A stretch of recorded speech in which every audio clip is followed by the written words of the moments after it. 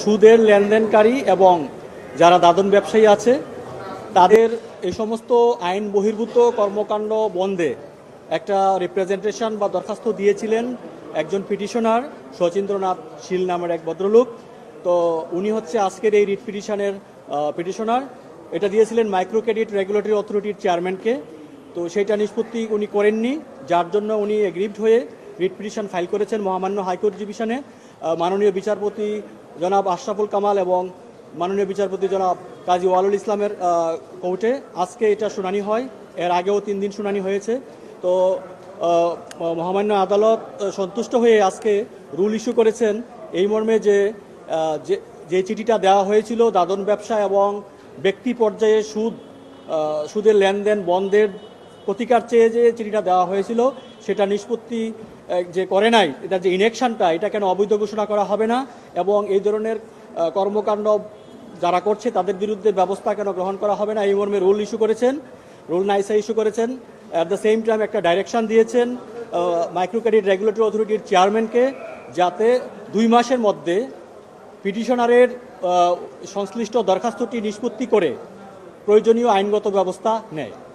এটা আর্থিক প্রতিষ্ঠান আইন 1993 সালের 4-এর 1 ধারা মোতাবেক এখানে সুস্পষ্ট বলা আছে যে আর্থিক প্রতিষ্ঠান এবং ব্যাংক যারা বাংলাদেশ ব্যাংক এবং সংশ্লিষ্ট অথরিটি কর্তৃক যারা অনুমোদিত তারা ব্যতীত কোনো ব্যক্তি পর্যায়ে কাউকে সুদে লেনদেন করতে পারবে না এবং কোনো দাদন ব্যবসা চলবে না। সেই ব্যাপারে কিন্তু সুস্পষ্ট বিধান আছে।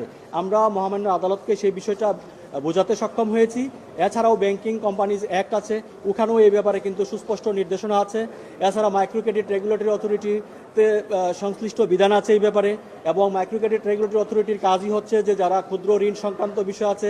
এছাড়া আপনারা নিশ্চয়ই জেনে থাকবেন যারা অবৈধভাবে বিভিন্ন সমাজসেবা সংগঠন অথবা সমবায় সমিতির নামে যাদের আসলে মাইক্রো ক্রেডিট বা এই ধরনের কোনো ফাংশন অপারেট করার কোনো রকম তাদের লাইসেন্স নেই, তাদেরকেও কিন্তু আসলে রেগুলেট করে হচ্ছে মাইক্রো ক্রেডিট রেগুলেটরি অথরিটি। তো আজকের এই আদেশের মধ্য দিয়ে এদের যে কর্মতৎপরতা আছে এগুলা কিন্তু আদালত এই বিষয়গুলো আমলে নিয়েছেন মহামান্য আদালত, এবং পরবর্তীতে এই আদেশটি দিয়েছেন।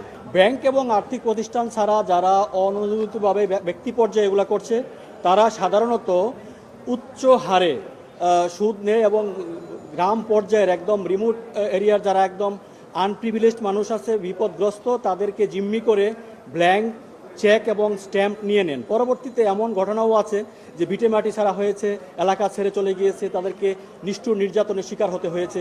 এনজিও ক্ষেত্রে যেটা বলেছেন আপনি ঠিকই বলেছেন, আমি আইনে যেটা আছে যে এনজিও যদি হয় তারাও ক্ষুদ্র ঋণ কার্যক্রম পরিচালনা করতে পারবে শর্ত সাপেক্ষে, যদি সেইটা মাইক্রো ক্রেডিট রেগুলেটরি অথরিটি অনুমোদন দেয়।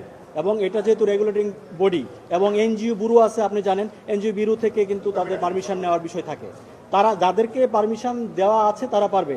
এবং আপনি আরও জেনে থাকবেন যে যারা অনুমোদিত বাংলাদেশে এই ধরনের মাইক্রো ক্রেডিট ট্রানজ্যাকশনের জন্য তাদের কিন্তু একটা তালিকা আছে, সেটা মাইক্রো ক্রেডিট রেগুলেটরি অথরিটির ওয়েবসাইটেও পেয়ে যেতে পারেন এবং এটা কিন্তু মেনটেন করা হয়। এই তালিকা যারা আছে এছাড়া কিন্তু অন্য কেউ